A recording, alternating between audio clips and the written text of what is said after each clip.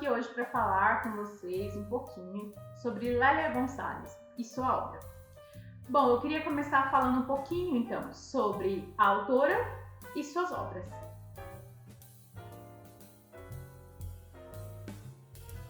Lélia Gonçalves nasceu em 1935 em Belo Horizonte e ao longo de sua vida ela rompeu muitas barreiras para uma mulher negra desse período, aqui na história do Brasil.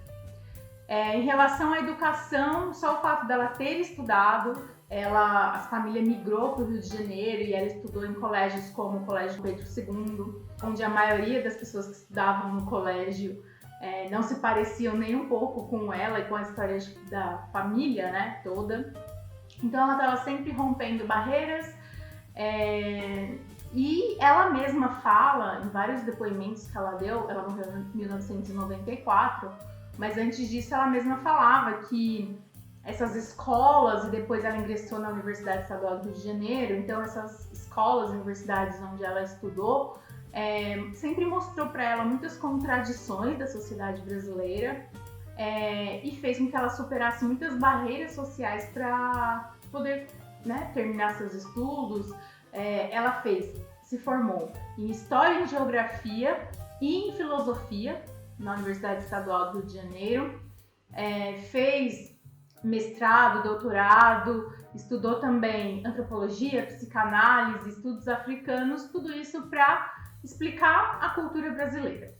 Ela também teve uma experiência ao longo da sua vida como militante feminista e militante de movimentos negros. A sua vida foi marcada por essa experiência de professora, mulher negra, militante, professora, acadêmica, intelectual, engajada, Em relação à sua obra, em relação à sua militância, a gente vai falar um pouco mais sobre isso depois, mas ela foi uma das fundadoras do Movimento Negro Unificado. Ao longo da sua vida, ela publicou 2 livros, mas deixou aí uma grande quantidade de textos, muitos publicados em coletânea póstumamente, E 26 anos após sua morte é que a gente foi ter a primeira coletânea publicada por uma editora acadêmica comercial, que foi a Zahar. Então vejam quanto tempo demorou para a gente ter esse tipo de valorização que é a publicação numa editora grande comercial. A partir dos anos 2000 a gente começou a ter as primeiras pesquisas sobre ela e sobre sua obra, então dissertações, mestrado, enfim. Mas as mulheres negras envolvidas no movimento negro e na militância feminista, dos anos 60, 70, 80, elas dizem sobre a Lélia que a sua obra e a sua militância ela sempre foi conhecida dentro desses movimentos. Porém, foi só... Na verdade, assim, ela teve todo esse esforço, esse trabalho para se inserir nos meios acadêmicos, para levar para a academia esse instrumental teórico que ela desenvolveu sobre os temas raça, gênero, classe. Mas é interessante perceber essas falas de militantes negras, feministas, de que a obra dela é conhecida e explorada nos movimentos sociais há muito tempo.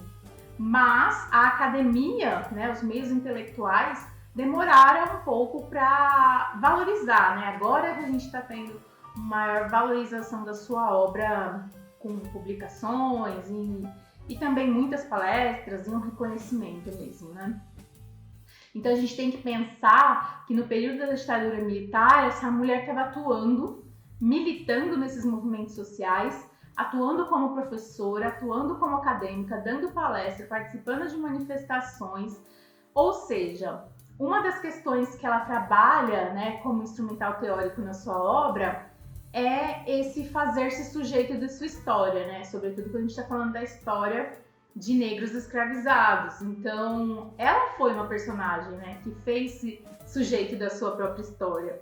Ela fala que nas escolas que ela estudou, escolas muito elitistas, brancas, ela passou por um processo de lavagem cerebral racista, tanto nos colégios quanto na universidade, porque tudo que era ensinado para ela sobre a história do Brasil, por exemplo, sobre a história dos negros escravizados, era uma história de opressão, de dominação, muitas vezes na qual ela não se reconhecia, e que ela acabou passando por um processo ao longo da vida, que é chamado por alguns autores de mimetizar a estética branca.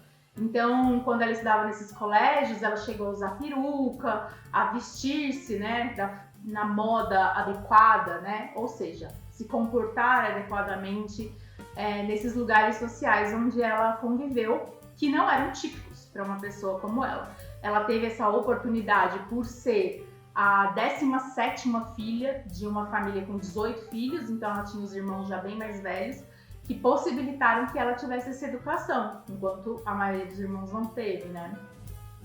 E ela fala que ao longo dessa experiência, tanto nos colégios como na universidade, ela vivenciou muito claramente um apagamento de autores negros, né? O quanto autores negros não estavam presentes na bibliografia escolar ou das universidades. Ela cursou História, Geografia, Filosofia. E é muito interessante, né? Porque eu estava fazendo a graduação entre 2003 e 2006, enquanto eu fiz minha graduação em História, a gente ainda vivia muito claramente esse apagamento dos autores negros, sobretudo autores brasileiros.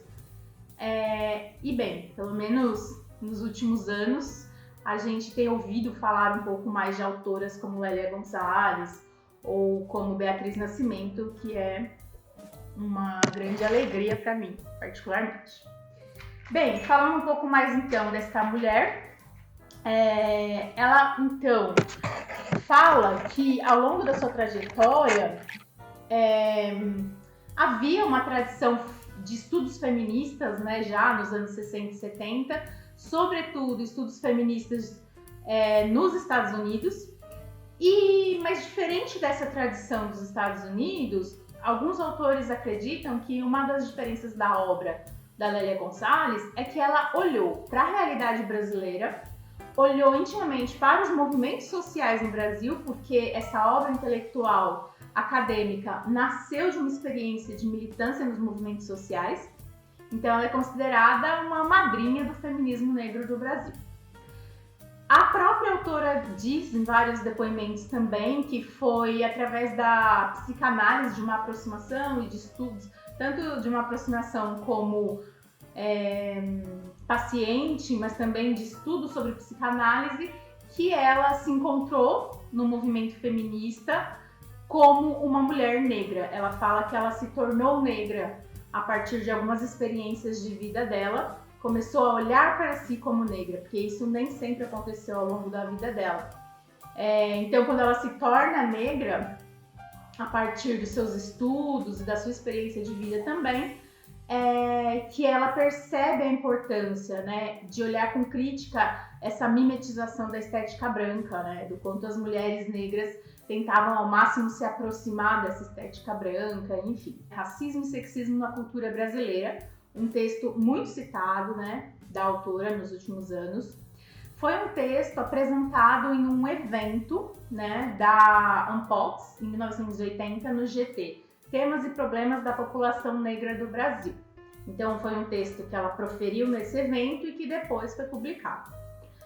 A gente está falando aí tanto das experiências, né, quanto dessa autoria desses textos da Lélia Gonzalez. A gente está falando de um contexto pós-fim da Segunda Guerra, né? Então, aí, uns anos 50, com o fim da Segunda Guerra. A gente está falando de um contexto de independência de muitos países africanos lutando pela independência, ou seja, um contexto de descolonização de muitos países africanos, onde esses países estavam, então, pensando na criação das suas nações, novas nações independentes. Então, havia aí essa ideia já presente de que talvez a colonização pudesse ter acabado em algumas regiões do globo, como na própria América Latina, em países da África, mas ficava aí o colonialismo. Ficava aí o que muitos autores posteriormente, a partir dos anos 90, iriam chamar de colonialidade do saber e do poder, os autores ligados ao pensamento decolonial. Mas, ao mesmo tempo, é interessante a gente refletir, por mais que a gente está falando desse contexto. né, desse contexto de olhar para esse processo da colonização com um colonialismo que fica mesmo após as independências e tal, e desse apagamento de autores negros, né, que foi muito presente na história brasileira e também em outras regiões, eu gosto de autores que defendem que o povo negro sempre teorizou, mesmo quando ele ainda não estava tão presente na academia. Então o povo negro teorizava por meio dos seus versos, por meio da sua cultura, por meio da capoeira, e é muito interessante a gente trazer esse tipo de abordagem, e eu acho que de alguma forma isso também está muito presente na obra da própria Lélia Gonçalves. Começando a falar um pouquinho sobre a linguagem do texto. É muito interessante a forma como ela trabalha seus instrumentos teóricos, seus argumentos no texto. Então é uma linguagem que se propõe não academicista, ela sempre se propôs a falar para qualquer pessoa, né, para que qualquer pessoa entendesse. Ela usa muita ironia nos seus textos, uma ironia que provoca, e muitas expressões que talvez hoje fossem consideradas aí politicamente incorretas, mas que muitos autores, analisando os textos da Lélia, acreditam que essas expressões também muitas vezes são utilizadas nos textos como uma provocação, né? Até também como forma de praticar o que ela chama de pretuguês. Pretuguês seria a língua falada no Brasil, então, né? Essa mistura do português com muitos elementos da cultura africana e de dialetos e de línguas africanas.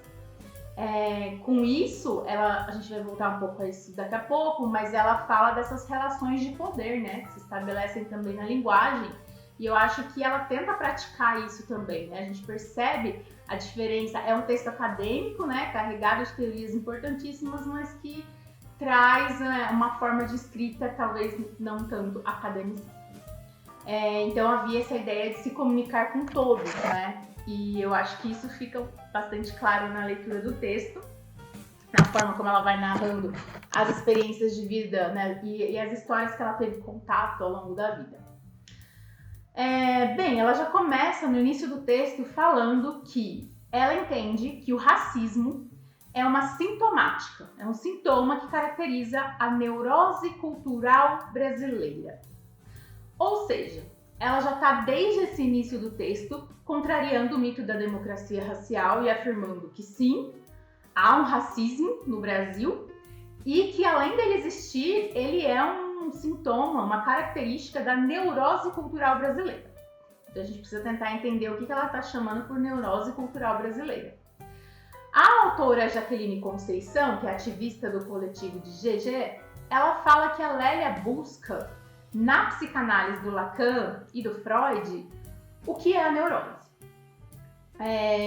E a Lélia demonstra, então, na sua obra, que o racismo cria subjetividades negras subalternas e o racismo também reforça subjetividades brancas muito narcisísticas e que, então, carregam consigo esse gozo da opressão. Bem, essa neurose ela estaria presente, então, na formação cultural da sociedade brasileira, é isso que a Lélia defende. Essa neurose nunca teria sido debatida no Brasil, debatida, analisada, né, criticada, estudada, e junto com essa neurose também o racismo, né? Nunca foi um objeto de debates no Brasil e de análises mais profundas, mas ele existe nas estruturas sociais, políticas, mas também, o que é muito importante da obra dela, é afirmar que esse racismo existe nas estruturas psíquicas da sociedade brasileira. É um racismo velado, não dito, e que ele age como um empecilho para superar a dominação patriarcal. Então, o que ela defende aqui é que a gente ainda vive sob essa dominação patriarcal aí do período colonial, a gente não conseguiu superar isso, e que essa ausência de analisar e debater o racismo, essa neurose cultural brasileira, acabou sendo, essa ausência então foi preenchida pelo mito da democracia racial.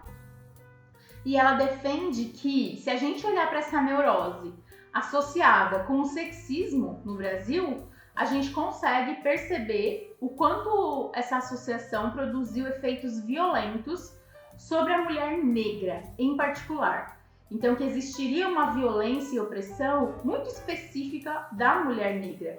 Essa mulher negra que, em última instância, seria o personagem mais oprimido da história brasileira. Então, ela diz que o patriarcado ele se transmuta nessas relações e gera o racismo estrutural presente na nossa sociedade. Racismo estrutural presente nas estruturas políticas e sociais, e isso a gente pode ver, por exemplo, com o fato de que os lugares de poder estão sempre nas mãos dos brancos, sobretudo homens brancos, né, de origem europeia, mas que esse racismo estrutural também está presente em estruturas mentais, como eu já falei. Então, se não há espaço para discutir sobre racismo, escravidão, e sobre essa neurose cultural, a gente cria essa ausência que teria então dado espaço para a democracia, para o mito da democracia racial no Brasil, que é o que ela critica em toda a sua obra, né? Então, o que ela está dizendo também nesse texto em específico, ela vai falar sobre os efeitos do patriarcalismo sobre as mulheres negras. Sobre essas mulheres negras que seriam então o setor mais oprimido e discriminado da sociedade brasileira. Uma especialista na obra da Lélia Gonçalves, que é a professora Flávia Rios, da Universidade Federal Fluminense, ela acredita que a Lélia Gonçalves traz na sua obra uma leitura original sobre as mulheres negras. Então, ela fala que num contexto em que o movimento negro estava se desenvolvendo com muitas autoras muito representativas a partir dos anos 60 e 70, a Lélia Gonçalves traz uma reinterpretação da realidade das lutas feministas a partir da realidade brasileira. Então ela está olhando para a realidade brasileira, olhando para as experiências dos movimentos sociais e trazendo uma interpretação sobre as lutas feministas de mulheres negras. Então seria uma fala de dentro para fora, uma fala que parte das suas experiências de vida também como mulher negra. E nesse texto especificamente, e em alguns outros também, a Lélia Gonçalves analisa 3 figuras, a partir da figura da mucama, que seria essa mulher escravizada do interior da Casa Grande, e o professor, um outro especialista que escreveu uma biografia da Lélia Gonçalves, foi um coautor da biografia, que é o Alex Hatz, que é da Universidade Federal de Goiânia. Ele fala que essas 3 figuras analisadas pela Lélia Gonçalves, ao longo do século XX, se desdobraram, então, em várias outras figuras, como a babá, a trabalhadora doméstica, a mulata. A Lélia Gonçalves, então, vai falar sobre a mulher negra doméstica, mulata e a mãe preta, Então, ela vai focar nessas 3 figuras para analisar como que essa mulher negra foi e é ainda vista nos espaços públicos e privados e o quanto a violência marca a sua vida de uma maneira muito específica. E aí, para isso, ela vai falar um pouco do trabalho doméstico e sexual, que sempre esteve atrelado a essas figuras. Ela vai desenvolver todo o processo de opressão e dominação que essas mulheres sofrem por meio também dessa divisão sexual do trabalho, mas ela também chama atenção para a possibilidade de subversão também nesse processo, o que é muito interessante. E a linguagem aparece aí, muito central nesse texto da Lélia, como uma possibilidade de subversão, quando ela fala desse português. Quando ela fala que por meio da linguagem a gente se comunica. E por meio da linguagem, essa mãe preta, então, passava seus valores ao longo da história do Brasil para as crianças, sobretudo, tanto para as crianças negras como para as crianças brancas que ela cuidava, Então, essa transmissão da cultura se dava por essa linguagem que estava carregada, então, de elementos culturais e linguísticos de várias regiões da África. Então, a Lélia Gonçalves diz nesse texto que essa mãe preta, ela dá uma rasteira na lógica europeizante, que é uma forma de subversão da mulher negra transmitir essa cultura, esses valores associados à linguagem por meio desse trabalho, né, doméstico aí. Ela era a real mãe, né, era quem realmente educava as crianças dos filhos dos brancos, né? A gente tem uma citação que ela diz o seguinte, abre aspas, racismo? No Brasil? Quem foi que disse? Isso é coisa de americano. Aqui não tem diferença, porque todo mundo é brasileiro acima de tudo, graças a Deus.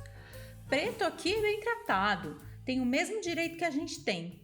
Tanto é que, quando se esforça, ele sobe na vida como qualquer um. Conheço um que é médico, educadíssimo, culto, elegante, com umas feições tão finas, nem parece preto. Por aí se vê que o barato é domesticar mesmo. E se a gente detém o olhar em determinados aspectos da chamada cultura brasileira, a gente saca que em suas manifestações mais ou menos conscientes, ela oculta, revelando as marcas da africanidade que a constituem. Como é que pode? Seguindo por aí, a gente também pode apontar para o lugar da mulher negra nesse processo de formação cultural, assim como os diferentes modos de rejeição e integração de seu papel. Fecha aspas. Bem, a Lélia Gonzalez continua aí o texto falando um pouco sobre o carnaval. E ela acredita que o carnaval é um rito que atualiza, com grande força simbólica, o mito da democracia racial no Brasil. Então é no carnaval que essa mulher negra, que é relegada ao trabalho doméstico e sexual ao longo da história do Brasil, essa mulher negra, no carnaval, ela tem uma exceção. Ela é a rainha do carnaval. Ela chama de Cinderela do Asfalto. Então, se no cotidiano essa mulher negra é vista como a doméstica, a trabalhadora, né, explorada e dominada, no carnaval a gente tem uma exceção, um parênteses, onde essa mulher pode aparecer como a rainha, mas que é uma exceção que no fim das contas confirma a regra. Apesar dela explorar esse aspecto do carnaval, ela também explora, e em outros textos também, aspectos de resistência presentes no carnaval. Mas é interessante também essa análise que ela faz como um rito que acaba atualizando esse mito da democracia racial. E aí, numa última parte do texto, ela passa a falar sobre a Améfrica Ladina. Um termo que ela teria ouvido de um bispo, mas que ela gosta muito e reapropria esse termo de maneira positiva, né, para a história dos negros no Brasil. Um termo basicamente que diz respeito ao fato de que o Brasil não é de origem europeia. Então está falando da forte presença africana dentro da cultura brasileira, a Méfrica. O professor Alex Hatz também diz que é um termo que diz respeito ao processo histórico de intensa dinâmica cultural afrocentrada, né? Então, que o Brasil teria muito de africano.